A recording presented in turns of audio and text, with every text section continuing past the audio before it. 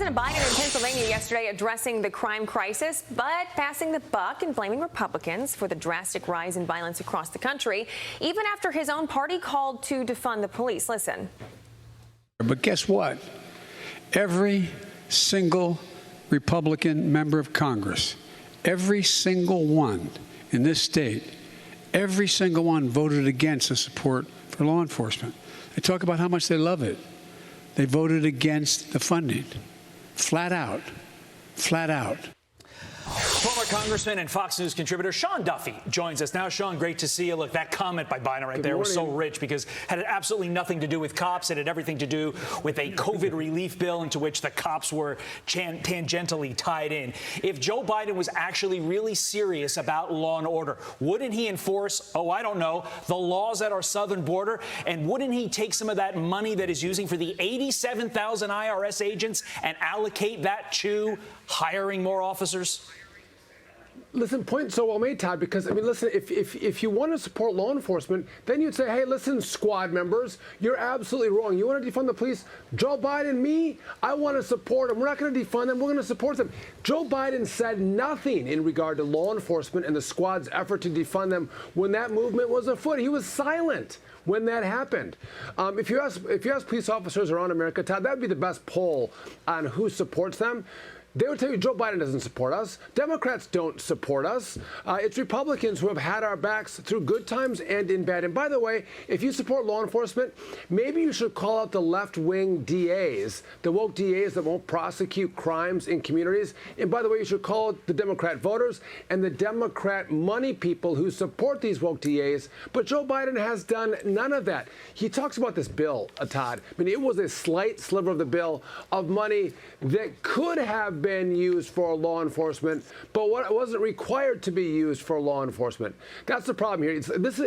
Lying Joe Biden, I think that's the moniker that Donald Trump is going to give him. He lies about the southern border being secure, per your mention. He lies about inflation being transitory. He lied about the Inflation Reduction Act, which is the Green New Deal masked as inflation reduction. This guy can't tell the truth, and I don't know if it's intentional or if it's in his script and he's just senile. But the bottom line is the American people get that this guy is not truthful with them because they know Republicans support law enforcement and Joe Biden Democrats have been nothing but a thorn in the side of the police officers who do the great work in our communities every single day. So, Sean, do you think that the mere fact because he is blaming literally everyone but the Democrats for this increase in crime, meanwhile, as we said, the left, especially the progressive left, they're always talking about not just defunding the police, but abolishing the police. Biden goes back and forth, in the campaign trail. He was all for, reallocating funds. So why can't he stay consistent on this? And why can they not own up to at least some of the blame, if not more, with this issue with crime? That's a good question, Ashley. So they're reimagining law enforcement. That's what they were doing, which is another way of saying, yeah, we're going to take money away from police officers and move it somewhere else. But we'll all note that the midterm elections are only a couple months away. Joe Biden and Democrats are polling right now, and they're saying, oh, my goodness.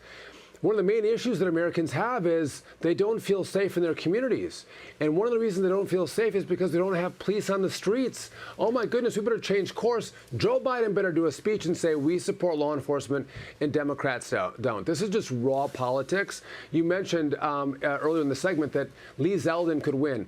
And I believe that Lee Zeldin can win in a Democrat state, New York, because I think you'll see people in New York City, whether you get 3 or 4% of them, to go, listen, I'm a Democrat. I've only voted Democrat my whole life, but I can't stand this anymore. If I can't go down the street to a bodega, I can't send my kids to school, crime is out of control, everything else that I support Democrats with doesn't matter to me because I'm not safe in my home. The highest need I have is safety, then maybe food and water and shelter, but I'm not safe.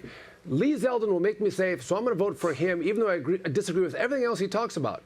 So Joe Biden sees that right now, Ashley, and that's why he's coming out and having this big rally, this big talk, and this big lie about Democrats supporting law enforcement and Republicans not.